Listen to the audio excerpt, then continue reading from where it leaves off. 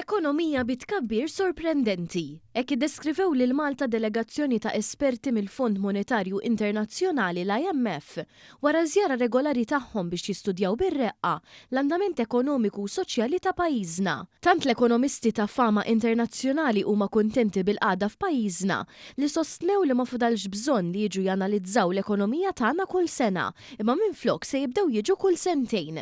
L-esperti internazzjonali rimarkaw li l-ekonomija Maltija b'mod konsistenti kibret aktar minn dik Ewropea, tant li dħul ras għal ras mill-2013 li hawn irdoppja.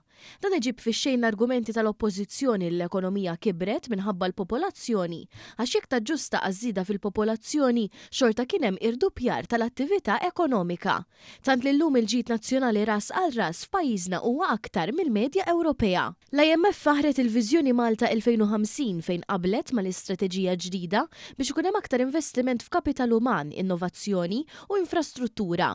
Qalet li din hija strateġija meħtieġa biex titnaqqas il-pressjoni fuq servizzi pubbliċi u tagħmel tajjeb għal fenomeni demografiċi li qed jolqtu lil pajjiżna.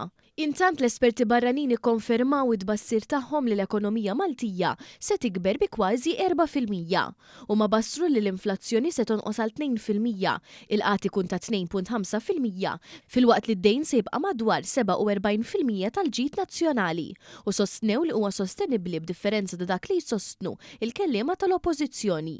L-ekonomisti ta' fama internazzjonali qablu wkoll mal-politika fiskali tal-gvern fejn qalu li din se twassal għal deficit taħt 3%. L-istqarrija tal-IMF tfaħħar l-inizjattivi tal-gvern fuq l-AI, speċjalment il-programm ta' taħriġ. Dan fil-waqt li laqat il-bidliet fil-politika ta' migrazzjoni biex jiġu ħaddiema barranin aktar imħarġa ħalli tiżdied il-produttività. Dan fil-waqt li nnutaw l-investiment infrastrutturali kbir fid-diġital. B'reazzjoni għal din l-aħbar il-Prim Ministru Roberta Bella sostna li Malta hija onorata li hija l-ewwel fl-Unjoni Ewropea li s-sorveljanza ġiet trasferita għal ċiklu ta' 24 xahar minn wieħed ta' 12 xahar.